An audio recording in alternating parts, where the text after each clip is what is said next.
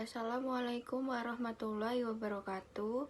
Pada kesempatan kali ini, kami dari kelompok 4 yang beranggotakan saya, Ratna Permatasari, NPM 19 133 1015 dan Sri Wahyuni, NPM 19 133 1010 akan mempresentasikan mengenai subbab penyelesaian sengketa bisnis. Untuk yang pertama, mengenai sengketa bisnis. Sengketa bisnis atau disebut juga commercial disputes menurut Maxwell J. Fulton adalah a commercial dispute is one which arises during the course of the exchange of transaction process is central to market economy, atau yang dapat diartikan sebagai sengketa bisnis adalah suatu hal yang muncul selama berlangsungnya proses transaksi yang berpusat pada ekonomi pasar. Lalu, pertumbuhan ekonomi yang sangat pesat dan kompleks akan melahirkan berbagai macam bentuk kerjasama bisnis.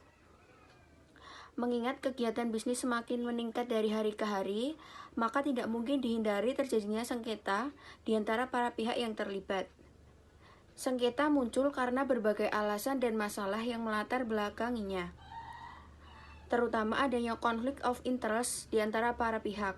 Sengketa yang muncul di antara pihak-pihak yang terlibat dalam berbagai macam kegiatan bisnis atau perdagangan dinamakan sengketa bisnis.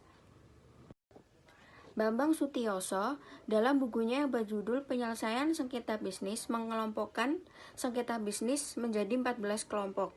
Yang pertama yakni sengketa perniagaan, yang kedua sengketa perbankan, yang ketiga sengketa keuangan, yang keempat sengketa penanaman modal atau investasi, yang kelima sengketa perindustrian, yang keenam sengketa HKI, yang ketujuh sengketa konsumen, yang kedelapan sengketa kontrak, yang kesembilan sengketa pekerjaan, yang 10 sengketa pemburuan, lalu yang ke-11 adalah sengketa perusahaan, yang ke-12 sengketa hak, ke-13 sengketa properti, dan yang terakhir sengketa pembangunan konstruksi. Lalu selanjutnya mengenai cara penyelesaian sengketa bisnis. Untuk cara yang pertama, yakni dari sudut pandang pembuatan keputusan terbagi menjadi 3 cara, yakni yang pertama adjudikatif, yakni dilakukan dengan mekanisme penyelesaian yang ditandai dengan kewenangan pengambilan keputusan yang dilakukan oleh pihak ketiga dalam sengketa di antara para pihak. Lalu yang kedua, konsensual atau kompromi, yakni bertujuan untuk mencapai penyelesaian yang bersifat win-win solution. Lalu yang ketiga, quasi adjudikatif, yakni cara penyelesaian sengketa bisnis yang mengkomunikasikan unsur konsensual dan adjudikatif. Lalu dari sudut pandang prosesnya terbagi menjadi 2. Yang pertama, litigasi atau ordinary court atau court settlement, yakni litigasi merupakan mekanisme penyelesaian sengketa melalui jalur pengadilan dengan menggunakan pendekatan hukum formal atau law approach. Lalu yang kedua, non-litigasi atau extraordinary court atau out of court settlement, yakni non-litigasi merupakan mekanisme penyelesaian sengketa di luar pengadilan dan tidak menggunakan pendekatan hukum formal. Lalu selanjutnya saya akan menjelaskan mengenai lembaga penyelesaian sengketa bisnis yang ada di Indonesia. Di Indonesia tersendiri memiliki 4 lembaga penyelesaian sengketa bisnis. Saya akan menjelaskan untuk yang pertama yakni Pengadilan Umum. Pengadilan Umum merupakan lembaga pelaksana kekuasaan kehakiman di Indonesia. Undang-Undang Nomor 2 Tahun 1986 Pasal 50 tentang Peradilan Umum dinyatakan bahwa pengadilan negeri bertugas dan wewenang memeriksa, mengadili, memutus, dan menyelesaikan perkara pidana dan perkara perdata di tingkat pertama. Lalu, karakteristik pengadilan umum antara lain memiliki 8 karakteristik. Yang pertama, prosesnya sangat formal. Yang kedua, keputusan dibuat oleh pihak ketiga yang ditunjuk oleh negara atau majelis hakim. Yang ketiga, pihak-pihak tidak terlibat dalam pembuatan keputusan. Yang keempat, isi keputusan win-lose solution. Yang kelima, sifat keputusan memaksa dan mengikat atau coercive and binding. Lalu yang keenam, orientasi pada fakta hukum. Yang ketujuh, fokus pada masa lampau. Yang kedelapan, proses persidangan. Lalu, lembaga penyelesaian sengketa bisnis yang kedua yang terdapat di Indonesia yakni Pengadilan Niaga. Pengadilan Niaga adalah pengadilan khusus yang berada di lingkungan pengadilan umum yang mempunyai kompetensi untuk memeriksa dan memutus pemohonan, pernyataan pilot, dan penundaan kewajiban pembayaran hutang atau PKPU, serta sengketa hak kekayaan intelektual atau HKI yang meliputi hak cipta, merek, dan paten. Dalam pengadilan niaga tersendiri memiliki 7 karakteristik. Yang pertama, prosesnya sangat formal. Yang kedua, keputusan dibuat oleh pihak ketiga yang ditunjuk oleh negara. Yang keempat, para pihak tidak terlibat dalam pembuatan keputusan. Yang kelima, orientasi pada fakta hukum. Yang keenam, proses persidangan bersifat terbuka. Dan yang ketujuh, waktunya singkat. Sekian dari saya, selanjutnya akan dijelaskan oleh Mbak Sri Wahyuni. Terima kasih. Saya Sri Wahyuni, NPM 191331010, akan melanjutkan penjelasan dari Saudara Ratna Permatasari. Untuk selanjutnya itu ada arbitrase. Untuk dasar hukumnya sendiri itu diatur dalam Undang-Undang Nomor 30 Tahun 1999 tentang arbitrase dan alternatif penyelesaian sengketa. Pengertian arbitrase itu sendiri adalah sebagai cara penyelesaian suatu sengketa perdata di luar peradilan umum yang didasarkan pada perjanjian arbitrase yang dibuat secara tertulis oleh para pihak yang bersengketa. Slide selanjutnya ada objek arbitrase. Sengketa yang dapat diselesaikan melalui arbitrase hanya sengketa dalam bidang perdagangan saja.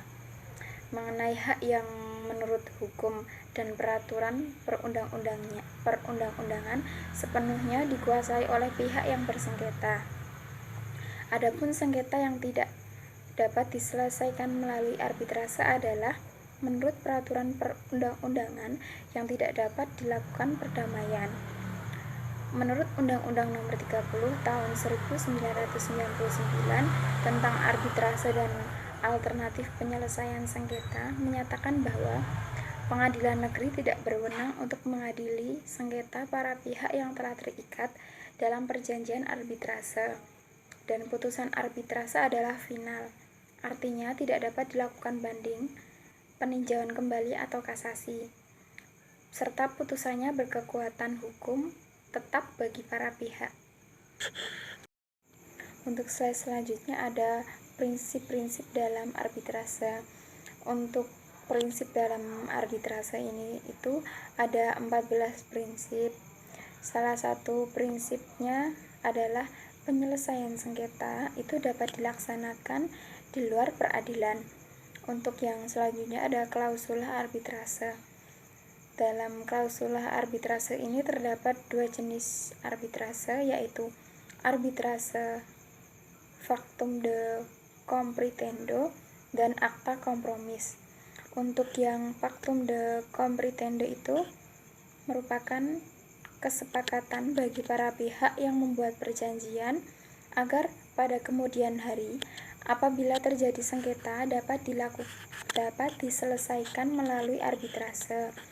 Untuk yang akta komprise itu kesepakatan yang dituangkan dalam perjanjian bagi pihak kedua yang berselisih, yaitu untuk menyelesaikan sengketanya melalui arbitrase. Namun kesepakatan tersebut muncul setelah terjadinya sengketa.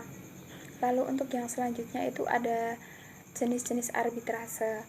Di dalam arbitrase ini terdapat 2 jenis, yaitu arbitrase ad hoc atau volunter dan arbitrase institusional. Untuk yang ad hoc atau volunter ini, arbitrase ini dibentuk secara khusus untuk menyelesaikan atau memutus perselisihan tertentu. Arbitrase ini bersifat insidental. Kedudukan dan keberadaannya hanya untuk melayani dan memutus kasus perselisihan tertentu. Lalu untuk arbitrase institusional ini adalah lembaga atau arbitrase yang bersifat permanen. Tujuan dari pembentukan lembaga ini adalah untuk menyelesaikan sengketa yang timbul bagi mereka yang menghendaki penyelesaian sengketa di luar pengadilan. Lalu di dalam arbitrase ini ada lembaga arbitrase internasional. Yang pertama itu ada Court of Arbitration of the International Chamber of Commerce atau ICC. Untuk yang kedua, The International Center for Settlement of Investment Disputes atau ISCID. Untuk yang ketiga ada The United Nations Commission on International Trade Law atau UNCITRAL. Yang selanjutnya itu ada alternatif penyelesaian sengketa. Dalam pasal 1 angka 10 Undang-Undang Arbitrase dan Alternatif Penyelesaian Sengketa mengemukakan bahwa yang dimaksud dengan alternatif penyelesaian sengketa adalah lembaga penyelesaian sengketa atau beda pendapat melalui prosedur yang disepakati para pihak, yakni penyelesaian di luar pengadilan dengan cara negosiasi, mediasi, konsiliasi, dan penilaian ahli. Untuk yang pertama itu ada negosiasi. Negosiasi itu adalah interaksi sosial saat pihak-pihak yang terlibat berusaha untuk saling menyelesaikan tujuan yang berbeda dan bertentangan untuk mendapatkan solusi dari yang dipertentangkan. Lalu, dalam mekanisme negosiasi ini, penyelesaian sengketa tersebut harus dilakukan dengan pertemuan langsung oleh para pihak yang bersengketa tanpa melibatkan orang ketiga. Untuk menyelesaikan sengketa ini melalui negosiasi yang diberikan waktu 14 hari untuk melaksanakan prosesnya. Lalu yang selanjutnya ada mediasi. Nah, dalam mediasi ini pada prinsipnya adalah salah satu mekanisme penyelesaian sengketa di luar pengadilan melalui perundingan yang melibatkan pihak ketiga yang bersifat netral dan tidak memihak. Pihak ketiga ini dinamakan mediator. Mediator ini bertugas untuk membantu para pihak yang bersengketa dalam mengidentifikasi isu-isu yang disengketakan guna mencapai kesepakatan. Dalam menjalankan fungsinya, mediator tidak mempunyai kewenangan untuk membuat keputusan. Lalu yang selanjutnya ada konsiliasi. Nah, pengertian dari konsiliasi itu sendiri adalah usaha untuk mempertemukan keinginan pihak yang berselisih untuk mencapai persetujuan dan menyelesaikan perselisihannya tersebut. Lalu, penilaian ahli itu adalah dalam melakukan proses penilaian ahli ini dibutuhkan persetujuan dari pihak untuk memberikan dan mempresentasikan fakta dan pendapat dari para pihak kepada ahli. Ahli tersebut kemudian melakukan penyelidikan dan pencarian fakta guna mendapatkan informasi yang lebih lanjut dari pihak dan akan membuat keputusan sebagai ahli, bukan sebagai arbiter. Nah, untuk mekanisme penilaian ahli ini dapat dilakukan secara ad hoc dalam sistem hukum di Indonesia, yaitu dengan untuk suatu sengketa itu dan ahli dalam yang dipersengketakan untuk memberikan penilaian terhadap sengketa mereka. Selain itu,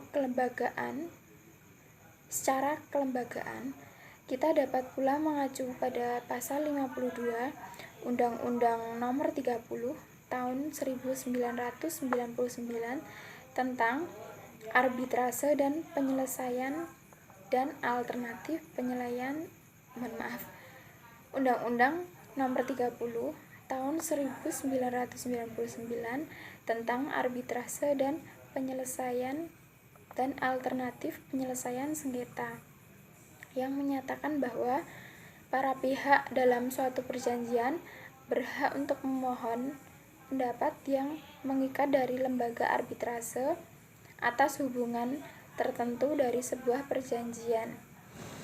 Sekian presentasi yang dapat kami sampaikan. Kurang lebihnya mohon maaf. Wassalamualaikum warahmatullahi wabarakatuh.